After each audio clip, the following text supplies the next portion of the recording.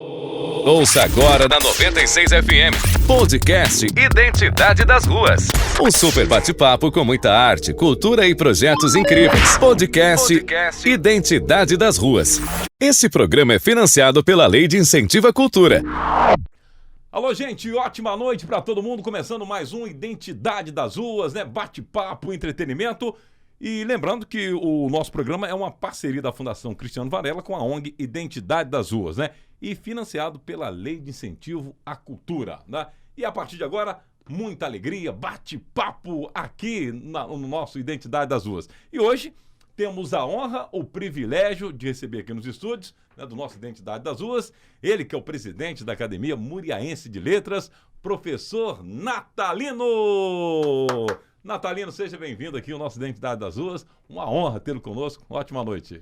Muito obrigado, Marcelo. Uma ótima noite para todos e para todas. É uma maravilha estar aqui nesse podcast que é um sucesso. Né? E aí você brilhantando ainda mais ainda, né? Então, eu me sinto muito honrado de estar aqui, sabe? Para poder falar um pouco sobre a minha trajetória, sobre uma série de coisas que eu estou até curioso para saber como é que a gente vai seguir com essa conversa.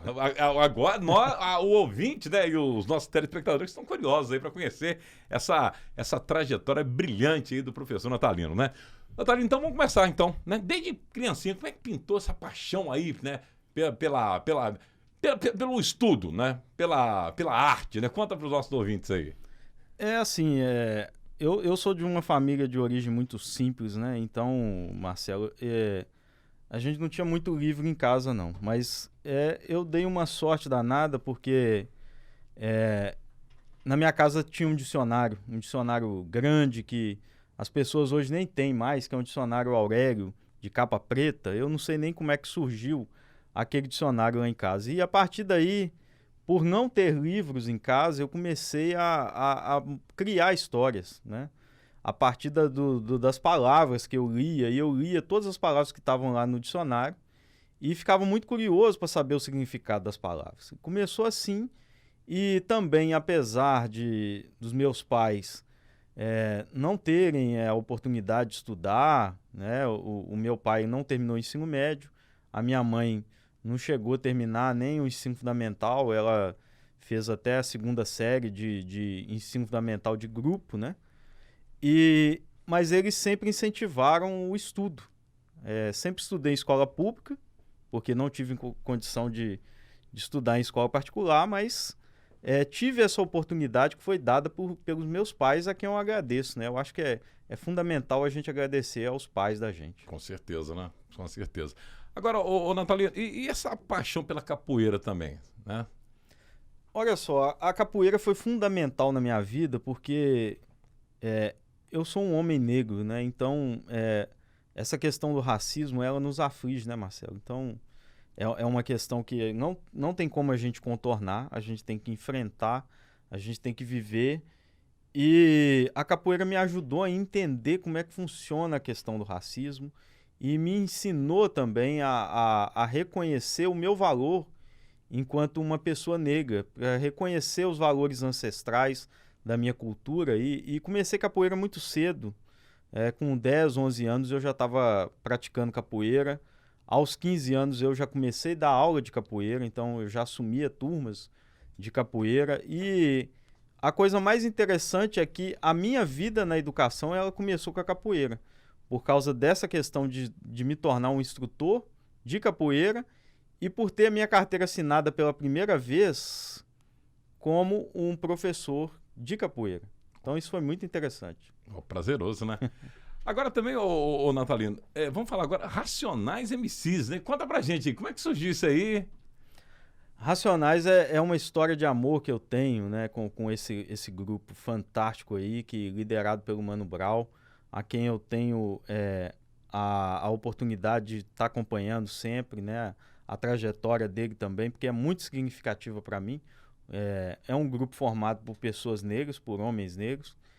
E na época, né, a capoeira ela surgiu e ao mesmo tempo surgiram os Racionais na minha vida, né? Eu sou oriundo de Belo Horizonte, da periferia de Belo Horizonte, periferia de BH, bairros bem simples de BH. E eu lembro que BH aí tem a questão do rádio também, a importância do rádio na vida da gente, né? Em Belo Horizonte existe uma rádio que chama Rádio Favela.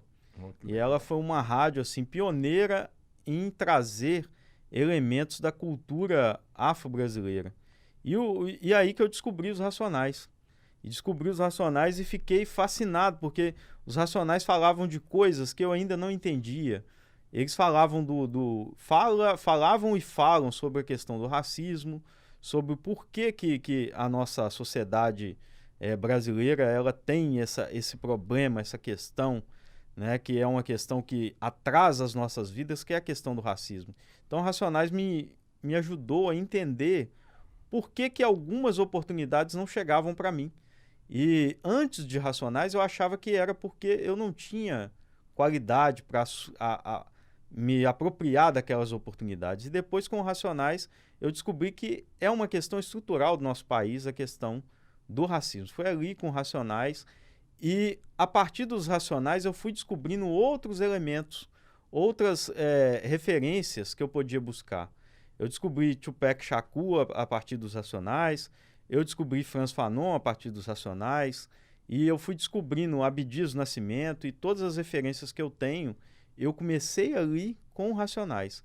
Eu falei para vocês aí que tinha questão de poucos livros em casa, só tinha um dicionário, então eu não tive acesso à literatura, eu só tive acesso a esse conhecimento afrocentrado no início a partir de Racionais MCs. É isso aí.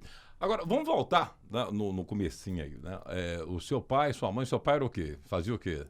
O meu pai foi metalúrgico por muito tempo. Aí, né? BH mesmo, né? E eu nasci em Belo Horizonte. Quando eu estava bem novinho, os meus pais se mudaram para o Rio de Janeiro. E aí meu pai foi ser metalúrgico no Rio de Janeiro. E durante um bom tempo ele foi metalúrgico. A minha mãe fazia de tudo, ela cuidava da casa, mas ela também costurava, ela fazia bolo para vender, ela fazia salgado para vender. E eu sempre ajudei minha mãe na venda dessas coisas, né? Então foi muito interessante também eu estar ali junto com a minha mãe, desde novinho já vendendo. Provavelmente eu poderia até ser um comerciante hoje. Olha né? que legal. Porque... Mas sorte nossa, né? É um professor, né? Porque eu tinha muita habilidade para vender, né? Quando a minha casa sempre tinha frutas também, tinha um quintal. E a minha mãe brinca comigo até hoje que pequenininho eu pegava as frutas para vender e vendia as frutas todas. Até goiaba estragada eu conseguia vender. Consegui vender. Né? Bom comerciante. A necessidade faz o sapo pular, né? Faz o sapo pular, é verdade. Mas boa. aí o meu pai, ele estava lá como metalúrgico e teve uma crise, né? Que foi uma crise histórica no país. E o meu pai foi mandado embora. E aí, a partir disso, nós tivemos que voltar para Belo Horizonte. E ali por volta dos 10 anos de idade, eu volto para Belo Horizonte, a minha terra natal, numa situação muito difícil, Marcelo. Uma situação terrível, porque meu pai desempregado, o seguro-desemprego já acabando. Isso. E a gente numa situação em que... Em estado assim de calamidade mesmo, de chegar a ter necessidade até mesmo alimentar, né? E depois, graças a Deus, meu pai conseguiu um emprego e aí ele se tornou segurança e minha mãe começou a trabalhar como empregada doméstica. E aí ficamos, meu irmão e eu, em casa, crianças, né? E eu cuidando do meu irmão, para poder os meus pais trabalharem. Então, eu tive que assumir algumas responsabilidades. Muito novo, né? Muito novo. Né? Então, isso me ensinou muito, mas, ao mesmo tempo, fez com que eu amadurecesse muito rápido. Né? Aí, ô professor Natalino, então, aí você ainda garotão, você já pensava, igual você encontrou o dicionário lá, né? Você já tinha essa paixão pela literatura, né? Conta para nós aí. A paixão pela literatura vem de muito cedo mesmo, desde a época do encontro com o dicionário, né? E eu me lembro, né? Eu falei que os meus pais, eles tinham e têm essa coisa de incentivar o estudo. Eu me lembro que quando a gente morava ainda no Rio de Janeiro, o meu pai comprou um púlpito que, na verdade, ele achou que era uma mesa para estudar. E a gente usava essa mesa para estudar e tinha até uma certa aura naquela mesa, né? Porque era a mesa de estudar. Então, ali eu comecei a escrever as minhas primeiras histórias. Mas ainda uma coisa assim, brincadeira de criança mesmo, de pegar e tentar... Porque eu tinha a mania de pegar uma palavra que eu aprendi no dicionário, eu tinha que criar uma frase usando aquela palavra. E às vezes algumas palavras eram bem complicadas, né? O dicionário traz palavras que a gente não usa no dia a dia. E essa tentativa de construir frases com aquelas palavras é que fez com que eu trabalhasse essa minha criatividade. E aí depois, quando eu vim para Belo Horizonte, eu tive a oportunidade maravilhosa de estudar em uma escola que não possuía muitos livros voltados para a minha idade. Então, não tinha livro para adolescente na escola. Hoje a gente já tem isso, né? Graças a algumas mudanças políticas, algumas iniciativas, né? A gente tem alguns livros voltados para o público infantil e adolescente. Na minha época não tinha. Então, eu me deparei com livros que eram os livros de capa grossa, né? De capa dura, né? Que são livros clássicos, né? Então, eu tive a oportunidade de ler Machado de Assis muito cedo. E não foi fácil, foi uma coisa um pouco traumática, como é traumático para qualquer adolescente se deparar com uma literatura que não é a literatura da sua época e com um vocabulário que também não é usual. Mas isso me forçou a buscar o dicionário novamente, que já era um amigo muito próximo meu, né? Então, a partir daí, com a descoberta do Machado de Assis, eu avancei mais ainda na literatura. Que maravilha. Eu estou vendo esses livros aí, esses dois aí que você tem na mesa aí. O que é? Que pode adiantar pra gente? O que é esse daí? Claro. Eu tô com 2 livros aqui, porque eu gosto... Os livros, para mim, eles são até mesmo instrumentos para me dar uma certa segurança, né? Para poder falar qualquer coisa. Então, eu tô com um livro aqui do Abdias Nascimento, que é uma referência para mim histórica, uma pessoa fascinante. O Abdias, ele fez de tudo que uma pessoa poderia ter feito na vida, o Abdias fez, né?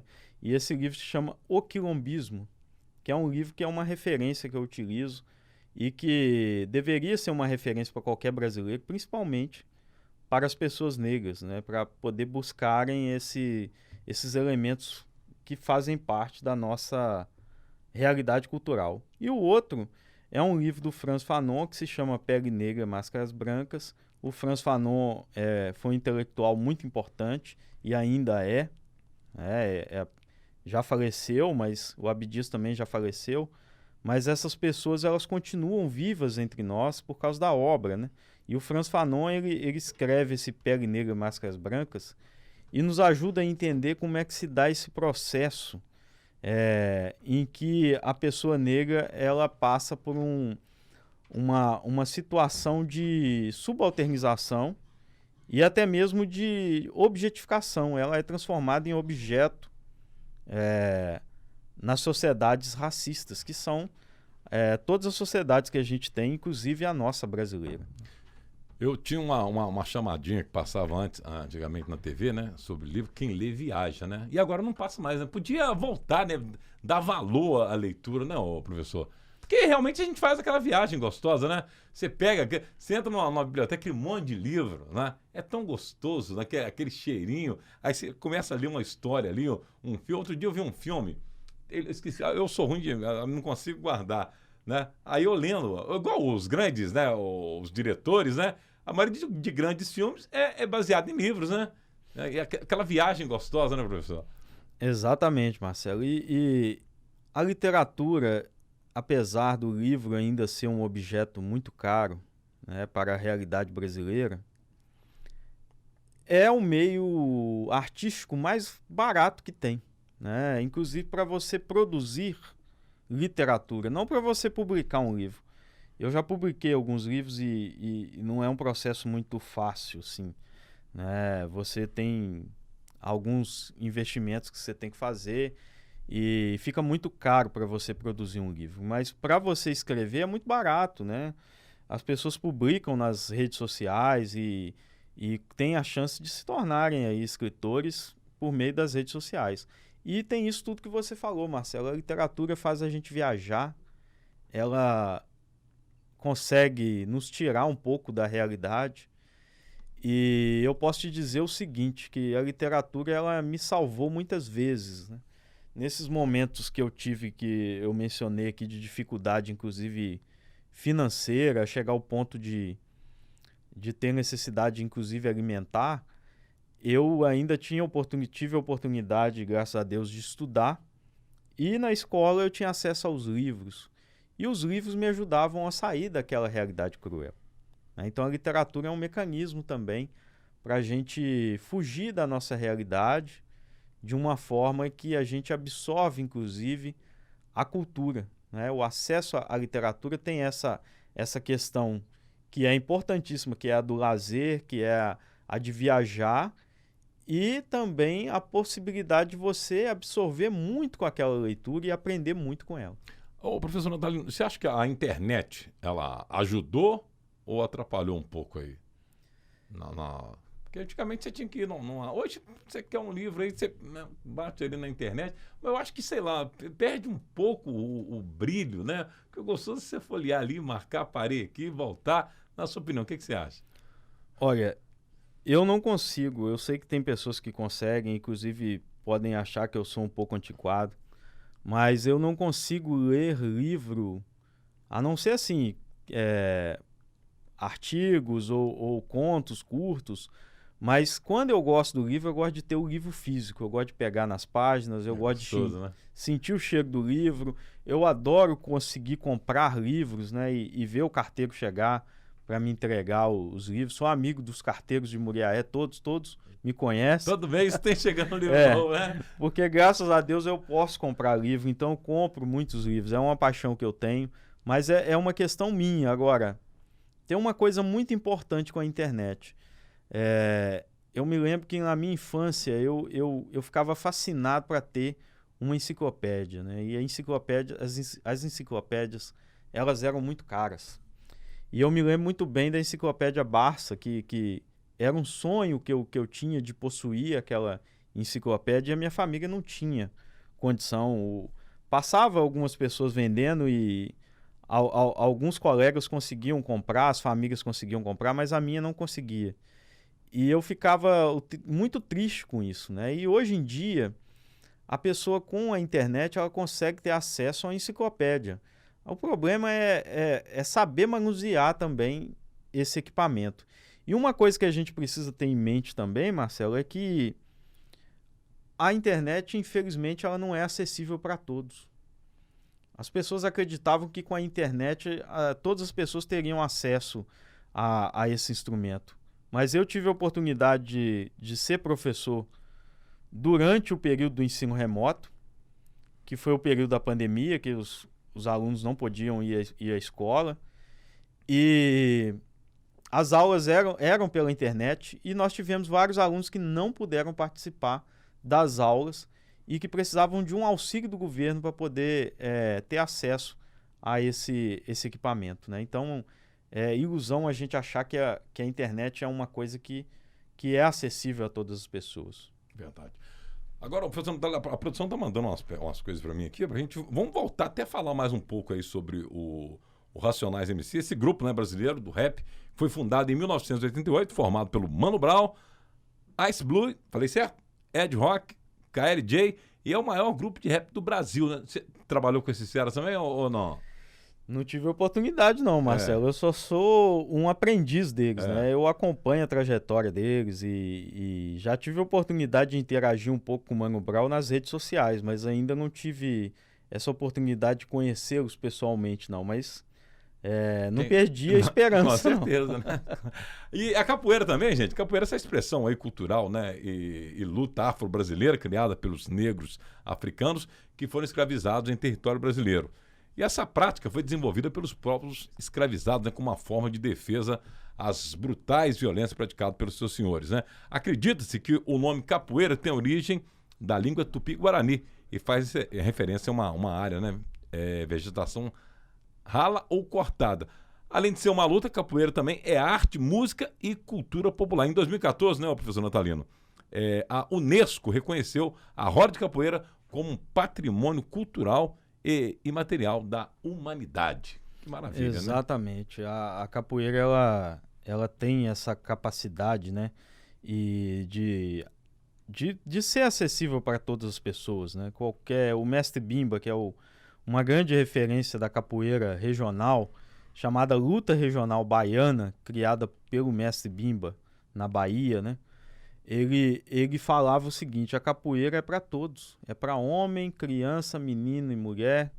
Então ela é acessível, né? A gente vê pessoas com deficiência praticando capoeira. Às vezes a pessoa é cadeirante, pratica capoeira, toca berimbau, participa da roda, né? Então a capoeira, ela tem essa capacidade e ela está presente em todos os lugares do mundo. Isso é fantástico. A capoeira está presente em todos os continentes e está presente em todos os países do mundo. É uma arte que conseguiu sair do Brasil e alcançar o mundo inteiro. E é uma expressão de liberdade, porque ela foi criada no Brasil com elementos da cultura africana. E você muito bem mencionou aí, capoeira significa mato ralo, porque é onde era praticada essa luta, era no mato, porque era praticada por pessoas negras escravizadas. E é muito interessante porque o nome vem de línguas indígenas. O nome capoeira vem de línguas indígenas. Porque a cultura afro-brasileira, ela se misturou muito com a cultura indígena. Então isso é fantástico e que faz da capoeira uma luta nacional, uma luta nossa, do Brasil. E professor, e como surgiu essa ideia de ser professor de capoeira? Isso aconteceu muito naturalmente, Marcelo, porque eu comecei a praticar e gostar muito da capoeira. Então a capoeira, ela tem essa coisa muito didática. Todo capoeirista acaba sendo um professor de capoeira porque você vai alcançando algumas graduações dentro da capoeira que te exigem a docência dentro da capoeira. Então, quando você se torna um instrutor, é natural que você assuma a turma para poder treinar as pessoas que estão iniciando, tudo com supervisão do mestre, né? Então, eu tive essa oportunidade e assim que ela apareceu, eu abracei por gostar, por amar muito, mas também porque na periferia a gente tem poucas oportunidades. Então, aquilo que aparece a gente tem que abraçar e agarrar. Então, você abraçou, com Foi certeza. E como surgiu o convite aí para ser o presidente da Academia Moreirense de Letras, né? A ANLE. Conta aí para os nossos ouvintes aí. Isso aí foi muito interessante, Marcelo, porque eu entrei para a Academia Moreirense de Letras por meio de uma seleção. Se eu não me engano, eu fui a primeira pessoa que passou por essa seleção. Agora a gente sempre faz dessa forma. A gente lança um edital para a cadeira e aí as pessoas que são interessadas, elas enviam os seus currículos e os acadêmicos escolhem. E eu tive a honra de ser escolhido para ser membro da academia, ocupando a cadeira, que é a cadeira de número 30, que é a cadeira cujo patrono é o senhor Machado de Assis, que é o escritor que eu mais gosto, né? E que tem uma influência muito forte, como eu comentei aqui, no início do meu processo de leitura literária, porque foram os primeiros livros que eu li, foram os livros do Machado de Assis. E aí, um pouco depois, eu teve o presidente era o Christian Lima, e ele já tinha terminado o tempo dele como presidente, e a academia precisava escolher um novo presidente. E a academia escolhe o presidente da seguinte forma: não tem disputa, não é igual na política que você faz campanha, não tem nada disso. Os acadêmicos, eles vão fazendo um processo de um conversando com o outro para ver quem pode assumir aquele cargo, quem tem capacidade para para assumir aquela responsabilidade. E eu tive a honra de, nesse processo de conversa entre os acadêmicos, eles me escolherem, né? Então eu fico muito feliz com essa escolha e eu já cumpri um mandato, né? E já estou no segundo, né? Então é uma coisa fascinante você ter pessoas que confiam no seu trabalho e que te veem como uma pessoa apta para assumir responsabilidades. Agora, Natalino, e como surgiu a Academia Moreirense de Letras e como as pessoas participam? A Academia Moreirense de Letras ela surgiu, né, por uma necessidade das pessoas construírem um espaço próprio para o desenvolvimento artístico e literário. Uma pessoa que é fundamental na história da nossa Academia Moreirense de Letras é o professor Luiz Gonzaga, né, que é um dos grandes idealizadores da academia. E para poder participar da academia é muito simples. Qualquer escritor moreirense pode participar da academia como visitante. Agora, para ser membro da academia, aí tem que aguardar o edital para a escolha. Nós tivemos um edital recente e tivemos a sabedoria de escolher um acadêmico novo, né, que é o professor Rodrigo Mansó, que é uma pessoa fascinante. Foi o último acadêmico que foi selecionado por esse edital. E a academia funciona dessa forma. A gente vai tendo cadeiras vazias que vão sendo ocupadas por meio de edital. E, professor, e tem parte jovem na academia? E como esses jovens, né? E como é para o senhor, como professor, ver esses jovens na literatura? Isso, essa é uma iniciativa da academia que a gente tem muito orgulho de manter, que é a Academia Moreirense Jovem de Letras. Então, a academia seleciona jovens por meio de concurso literário. Inclusive, esse ano nós vamos abrir o concurso literário para convidar novos jovens a fazer parte da academia. E é feita uma seleção por meio de escrita literária. Os jovens são selecionados e passam a formar a Academia Jovem de Letras, Academia Moreirense Jovem de Letras, que tem a mesma estrutura da nossa academia. Tem presidente, tem secretário, tem tesoureiro. Então tem toda a estrutura da academia. Esse jovem, a gente tem a oportunidade também de atuar na formação dele, na capacitação dele como escritor. E é muito interessante. Cada acadêmico ele acompanha um número determinado de jovens da Academia Jovem para poder auxiliar no processo de escrita literária. Que maravilha. Você que está curtindo aí o nosso Identidade das Ruas, o nosso professor Natalino, o nosso convidado de hoje aqui do nosso Identidade das Ruas. Agora, professor Natalino, as suas influências, quais são? Eu tenho muitas influências, né? A gente vai... É interessante que após um tempo da vida da gente, para mim, que sou uma pessoa que tem uma formação afrocentrada, muito voltada para a ancestralidade, a gente vai percebendo que a vida, quando a gente chega num lugar, eu, por exemplo, quando eu chego aqui ao podcast do Identidade das Ruas, eu não chego sozinho. Eu chego com um grupo de pessoas que me proporcionaram isso. Então eu costumo até dizer o seguinte, quando eu vou falar em qualquer lugar, e dessa vez eu não falei, mas eu vou falar agora, é pedir a bênção para os mais velhos e a bênção para os mais novos, porque isso é fundamental. As pessoas que vieram antes de mim abriram as portas para que eu tivesse essa oportunidade de chegar. E as pessoas que virão depois, elas manterão essa corrente, né? E também elas me auxiliarão em vários processos, porque a gente aprende com os mais velhos e com os mais jovens, né? Então eu aprendo com os meus alunos e aprendo com os mais antigos. A minha maior influência é a minha avó, Dona Odila, que foi uma mulher fantástica, uma pessoa fantástica, uma pessoa que eu guardo muito os ensinamentos dela, porque a minha avó é que me ensinou essa minha preocupação com as palavras, o poder que as palavras possuem, porque a minha avó era benzedeira.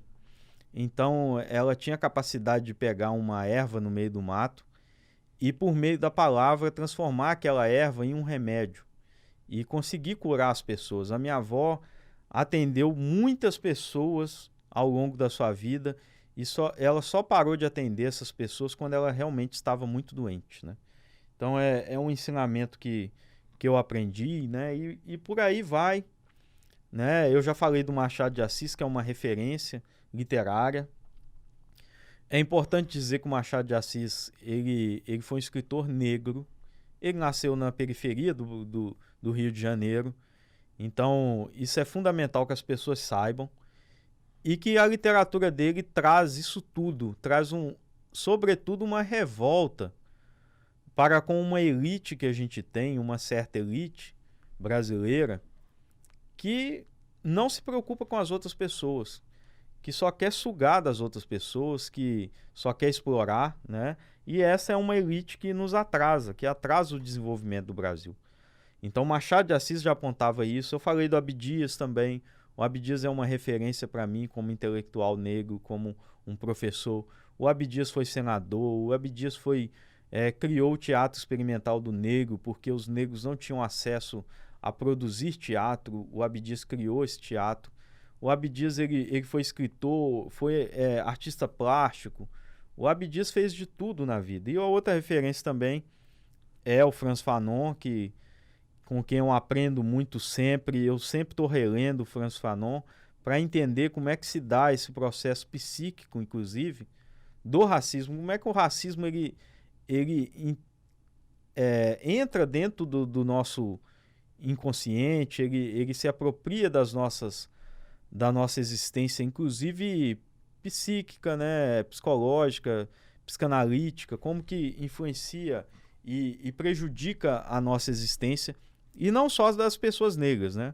O racismo também prejudica a existência das pessoas brancas. Então, referências dentro da capoeira, não posso deixar de mencionar o mestre Bimba, que eu já falei, que foi a pessoa responsável por retirar a capoeira da marginalidade. Praticar capoeira já foi crime, Marcelo. Já foi crime no Brasil, né? As pessoas eram presas por praticar capoeira. Então, o que o mestre Bimba fez? Sabiamente, ele começou a treinar pessoas, praticantes da capoeira, que eram alunos da Escola de Medicina da Bahia. E a maioria branco, né? E filhos da elite. E aí, como que você prende alguém branco, filho da elite? É difícil, né? Então, aí, a partir daí, ele começa a fazer um movimento para poder tirar a capoeira da marginalidade. Uma outra referência também é o mestre Pastinha. O mestre Pastinha também da Bahia, que é uma referência da capoeira que a gente chama de capoeira Angola. O mestre Bimba com a capoeira regional e o mestre Pastinha com a capoeira Angola, né? E as referências, elas vão surgindo, elas vão crescendo, né? Racionais MCs é uma referência, o Mano Brown agora para mim é uma referência. Eu acompanho o Mano Brown sempre e acho que os posicionamentos dele são sempre muito corretos, muito alinhados com aquilo que eu penso, né? E para mim as referências ancestrais também são fundamentais, né? Eu escuto muito a ancestralidade, eu escuto muito os mais velhos falarem e me sento e me coloco num lugar de respeito para ouvir essas pessoas falarem. Pessoas que são consideradas simples na comunidade, mas que, para mim, elas possuem um conhecimento que não está nos livros. Agora, o professor Natalino, falando sobre referência, né? O senhor conhece o Luiz Gama, né? Luiz Gama foi um advogado intelectual atuante, né, no período da escravidão no Brasil e é tido como patrono da abolição da escravidão no Brasil e considerado por muitos como o maior abolicionista, né, da nossa nação, né? Exatamente, né? Luiz Gama é uma figura fascinante, né? Tem um livro que eu gosto muito que chama Um Defeito de Cor, que é um livro de ficção, mas que traz um pouco da história do do próprio Luiz Gama, né? Então é fantástico, né? A gente vê como que essas pessoas elas vêm abrindo portas, né? Hoje, se a gente tem um Silvio Almeida, por exemplo, a gente deve isso muito à presença de Luiz Gama, à existência de Luiz Gama. É aquilo que eu falei, né? Por isso que eu peço a bênção dos mais velhos e a dos mais novos, porque a gente consegue ver uma trajetória. Tem uma cultura nossa ancestral do povo negro, que são os adincas, que são símbolos, né? E tem um adinca que é o adinca sankofa, que ele é um pássaro que anda para frente, mas ele anda olhando para trás. Então esse pássaro simboliza muito a existência do povo negro de uma forma geral, mas ele marca muito a minha existência, porque eu sempre estou andando para frente, mas eu não me esqueço de olhar para trás. Verdade. E agora, professor, e a vinda para Muriaé, né? Como é que foi que você deixou a cidade lá, as suas vivências aqui? Quantos anos já? Já tem uns 10 anos que eu estou na cidade. E Muriaé é uma cidade que eu tenho muito carinho, muito amor, porque é uma cidade que me deu muitas coisas, que me proporciona muitas coisas e que reconhece o meu valor como ser humano, como intelectual, como professor, como escritor. Eu vim para cá após ter sido aprovado no concurso do Instituto Federal. Não conhecia Muriaé. Primeira vez que eu vim para fazer a prova. E a princípio fiquei pensando assim, que eu iria ficar aqui pouco tempo e iria voltar para Belo Horizonte, que é a minha terra natal, ou iria para qualquer outra cidade mais perto de Belo Horizonte. Só que conforme o tempo foi passando, eu peguei amor por Muriaé. E a cidade me acolheu muito bem. As pessoas de Muriaé são pessoas muito empáticas, muito simpáticas, muito afetivas. Então eu tive essa... Eu não sei se os muriaenses são assim com todas as pessoas, mas pelo menos comigo eu tive essa coisa de ser muito bem recebido aqui. E aí, quando você é bem recebido num lugar, você tem vontade de ficar, né? É verdade. Não. Agora, voltando à capoeira, né? A importância também para os jovens da capoeira também, né? Exatamente, Marcelo. A capoeira foi fundamental na minha vida por causa disso. Eu ali entre os 10, 11 anos comecei a praticar capoeira. Eu morava, né, como eu já mencionei, na periferia. A periferia, ela tem a sua riqueza cultural que é extrema, mas também convive muito com a questão da violência. E na minha época de adolescência, tinha muito próximo a mim as questões das drogas e do envolvimento com a criminalidade. Estava ali muito próximo de mim. Eu já recebi convite para poder usar drogas, para poder entrar para a criminalidade. E além de ter pais que me orientaram e que essa orientação fez com que eu me desviasse desse caminho, a capoeira também me ajudou muito e ajudou muitos jovens da minha época. Eu me lembro muito bem que alguns jovens que começaram a praticar capoeira comigo, alguns já estavam envolvidos com a questão das drogas. E a capoeira libertou essas pessoas. Então é algo fascinante, é uma cultura que é de baixo custo e que faz uma transformação nas vidas das pessoas que só quem participa de dentro é que sabe como é que qual que é o poder da capoeira. Agora, professor Natalino, e a sua formação? Conta para nós aí como é que foi. Você formou muito jovem também, né? Eu tive oportunidade de começar a estudar em universidade muito cedo, né? Eu comecei a estudar na UFMG, Universidade Federal de Minas Gerais. Eu não tinha nem 19 anos, já entrei para o curso de letras. E terminei o curso de letras e depois pedi continuidade para poder terminar um curso de espanhol, né, para poder ter 2 habilitações. terminei esse curso. Antes de eu conseguir terminar um bacharelado, eu já fui aprovado no mestrado, na própria UFMG. E entrei nesse mestrado e consegui já uma bolsa, que foi algo que fez muito bem para mim, para a minha trajetória, porque eu consegui pela primeira vez me sustentar com a bolsa. E posteriormente, antes de eu terminar o mestrado, eu fui aprovado no doutorado. E aí eu tive que terminar meu mestrado rápido, porque não dá para fazer as duas coisas ao mesmo tempo. E aí terminei o meu mestrado antes do prazo que era o prazo regulamentar, e já iniciei o doutorado. E aí terminei o doutorado também, né? Então, toda essa trajetória dentro da universidade pública federal. A UFMG é uma universidade de qualidade, uma universidade maravilhosa, mas que eu tive uma certa tristeza, Marcelo, porque quando eu entrei no curso, pouquíssimas pessoas eram da mesma origem que eu. Então eu tive essa dificuldade, tinha pouquíssimos negros na universidade e eu me senti um pouco excluído, né? Mas isso foi uma coisa que me dificultou um pouco, que me trouxe tristeza, mas que a gente vai vencendo com a vontade, né? Com a perseverança. E aí eu consegui. E o interessante é que a cada etapa vencida, menos pessoas negras eu encontrava, né? E aí eu ficava mais triste ainda. No mestrado, um número menor ainda de pessoas negras. No doutorado, outro número menor de pessoas negras. E agora a gente tem aí as leis de ações afirmativas que têm mudado um pouco o cenário da universidade pública brasileira, né?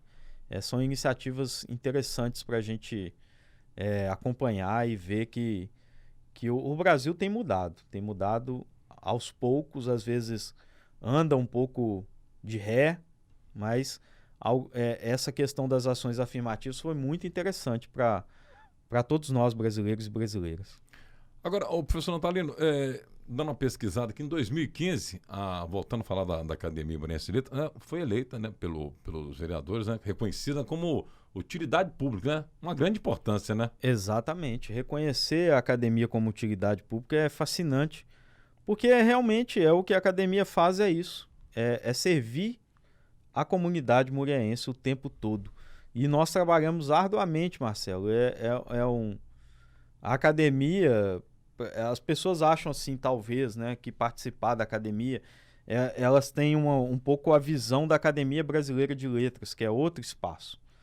Agora, as academias mineiras de letras do interior, ao qual eu tenho oportunidade maravilhosa de poder dialogar com a imensa maioria delas, são academias que trabalham arduamente e que não têm, assim, qualquer tipo de lucro, né? São entidades realmente que estão ali para a doação de tempo. Eu, por exemplo, estou doando o meu trabalho como nessa função de presidente da academia, nas aulas que eu ofereço, nas palestras que eu faço, que são todas gratuitas, né? Então, ter uma academia muriense, ter uma academia de letras, qualquer cidade que tenha uma academia de letras, ela é uma privilegiada. Então, vê se você conhece essa, ó. Sou o poeta do vermelho. Talvez ela ainda não saiba, mas sou das intensidades rubras dessas chamas que me consomem, que se apresentam na cor de seus lábios e de suas unhas, né? Sou aquele que bebe água e destila aguardentemente. Sou febre constante, sou o que ama, o que sente, pois a vida é um singelo presente. É a maior dádiva, ver seus olhos, ver seus cabelos banhados de sol, o vermelho escaldante e perene que percorre minhas veias e pulsa. Viva os inconsequentes que cantam e dançam na chuva. Perfeito. Você conseguiu ler direito, né? Perfeito, Fiquei Marcelo. emocionado aqui, né? Poeta do vermelho, né? O poeta do vermelho que sou eu. Isso. Então vamos falar agora sobre essas coisas, poesias, né? Eu declamei legal aí, né? Ficou muito bom, Marcelo, na barriga, muito bom, né? muito bom. Então vamos falar sobre poesias, então, A poesia é... Eu, antes de qualquer coisa, eu sou poeta, né? Então, acho que a poesia tem a ver com o ritmo, inclusive, da minha vida, dos meus batimentos cardíacos, da minha existência. Antes mesmo de conseguir escrever, eu já fazia poesia. Eu fazia poesia usando as palavras, oralmente. E há quem diga que a minha poesia, né, ela tem esse elemento da oralidade, que é uma poesia que nasce muito carregada dos cantos. E tem essa coisa com a minha avó também, a Dona Odila, porque a minha avó era benzedeira. E benzer tem a ver com canto também. A minha avó, ela benzia em alguns momentos cantando. E essa coisa de benzer é uma coisa de cura, né?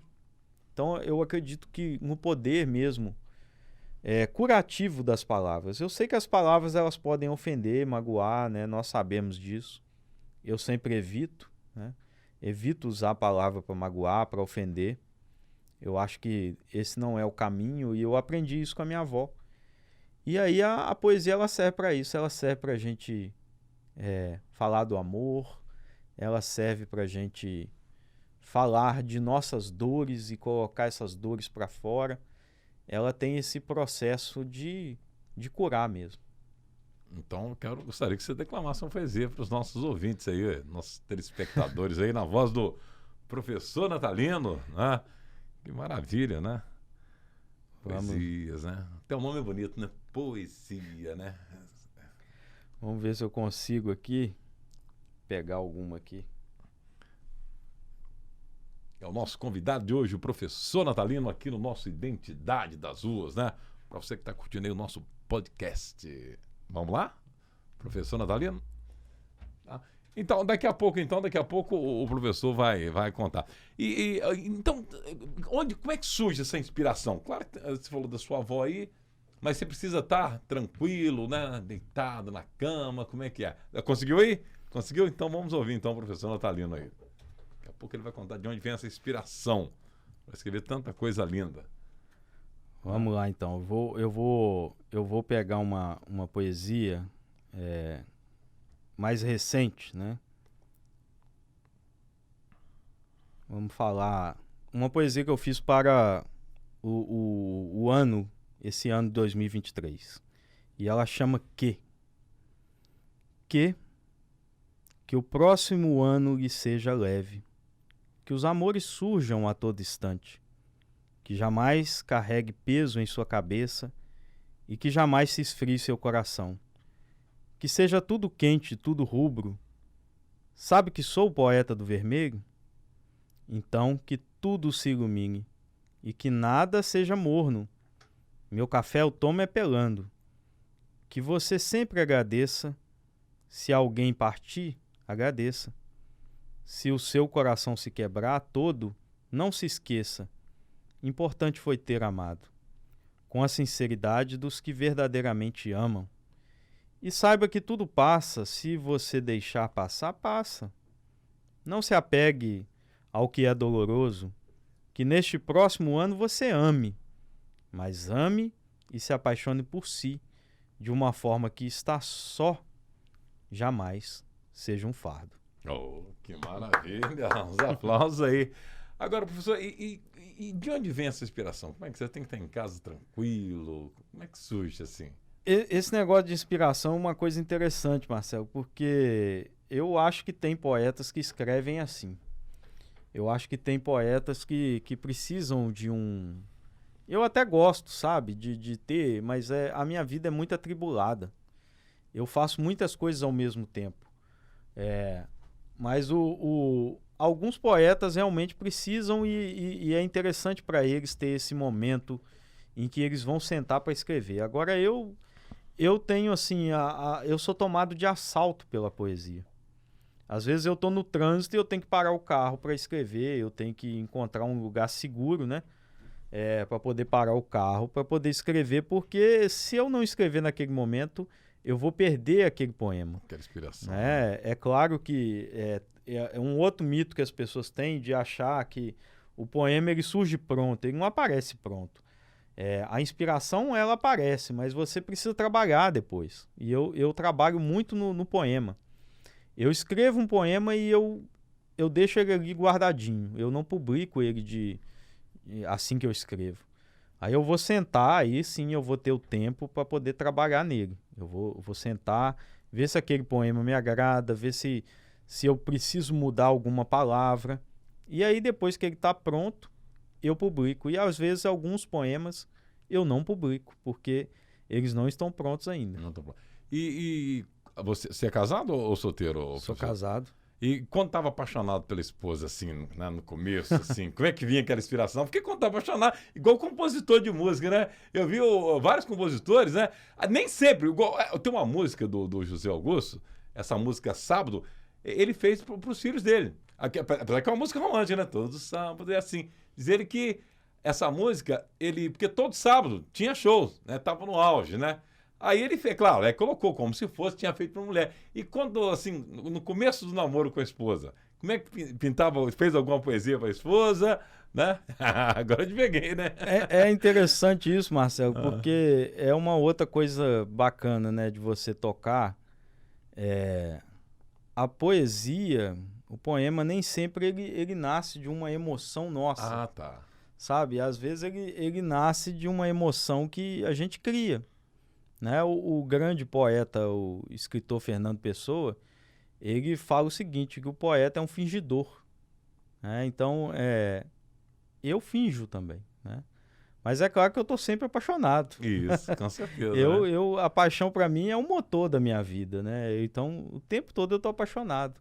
A paixão é fundamental para mim, para minha existência. E você pode ter certeza que todas as vezes que eu escrevo, eu estou apaixonado, porque eu não consigo viver sem paixão. Tem que estar sempre buscando aquela inspiração, né? Mas eu busco ajuda em outros escritores também, né? Às vezes, quando você está um pouco assim, sem inspiração, aí eu começo a ler poesia das outras pessoas e aí as outras pessoas me inspiram. Alguma situação que eu vejo, né? Que as pessoas não prestam atenção, eu presto atenção e vejo. Às vezes eu vejo um senhor atravessando com uma senhora a rua e aquilo serve de alimento para minha poesia. Às vezes eu vejo, né, o meu amigo Adílio, por exemplo, né, que o filho dele nasceu recentemente, o Antônio, né, aquilo inspira a gente porque a gente vê aquele amor da família ali, né, dos pais com a criança, né, e aquela semente viva, né, e aquilo é inspirador, é emocionante. E aí eu sento e escrevo. É verdade, né? E tem um ditado, né, que temos que... Tudo que é bom, no caso, tem que ser copiado, né? A gente pode até dar aquela mudada, mas copiar coisas boas, né? Já dizia o saudoso Chacrinha, nada se cria, tudo se copia. Exato. Mas tem que copiar coisas boas, né? Professor, infelizmente está chegando, né, no final do nosso programa. Gostaria que você deixasse uma mensagem aí, né, para os nossos ouvintes, nossos telespectadores aí do Identidade das Ruas.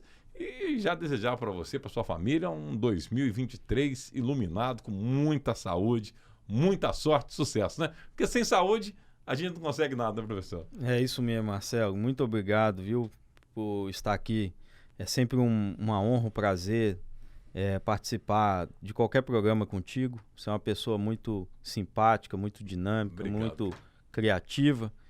E eu queria deixar uma mensagem para as pessoas que estão nos acompanhando, que é a seguinte, primeiro que as pessoas valorizem mais a ancestralidade, que busquem mais o passado, que não se foquem mais no presente e no futuro de uma forma extenuante, de uma forma sem valorizar as pessoas que vieram antes, que a gente consiga seguir o nosso caminho sem fazer mal para ninguém, sem tirar vantagem em ninguém, porque assim nós vamos ser muito mais felizes e aquilo que conquistarmos será realmente nosso, né? Porque era para ser seu, pela sua dedicação, e que você não precisou passar a perna em ninguém, você não precisou falar mal de ninguém, você não precisou desrespeitar ninguém. Eu deixo aqui também os ensinamentos da minha avó Odila, de que a gente precisa benzer com as palavras, a gente precisa cuidar das palavras que a gente escolhe para falar, dos caminhos que a gente escolhe percorrer. E que 2023 seja um ano maravilhoso. Nós já começamos esse ano muito bem, porque, né, tem um nascimento aí do filho do nosso amigo Adílio, né? Então já é uma coisa que ilumina a nossa existência, né? Todo o nascimento de uma pessoa preta, para mim, é um vislumbre de que o Quilombo ele vai, né? Lembrando Abdias do Nascimento, o Quilombo ele permanece vivo, né? E vai permanecer sempre, né? Porque nós somos pessoas resistentes, nós pessoas negras e nós brasileiros e brasileiras. Verdade. Desde que a gente reconheça as nossas origens. É isso, a mensagem que eu quero deixar para as pessoas é: não se esqueçam das origens, não se esqueçam de quem fez, de quem construiu antes de nós e nos deu a oportunidade de estarmos aqui. Ok. Ó, já quero deixar um convite para o senhor também para participar do nosso programa na TV também, tá? Em breve claro, pode contar comigo. Uma conversa boa, histórias boas dessa, né, galera? Muita gente tem que ouvir, né? Será um prazer receber você também na TV. Que maravilha, okay? Marcelo, pode contar comigo. Gente, obrigado à produção, professor Natalino, mais uma vez, foi uma honra, tá? Ter o senhor conosco aqui. E você que está aí em casa aí curtindo, obrigado mais uma vez. E semana que vem, né, estaremos... Bom, quinta-feira, né, já tem aí programa, toda terça e quinta, o nosso Identidade das Ruas. E toda quarta na TV, né? Toda quarta-feira na TV Atividade. Obrigado, sucesso para todo mundo e cola aqui, ó, no nosso Identidade das Ruas. Você ouviu Podcast Identidade das Ruas. Arte, cultura e comunidade. Esse programa é financiado pela Lei de Incentivo à Cultura.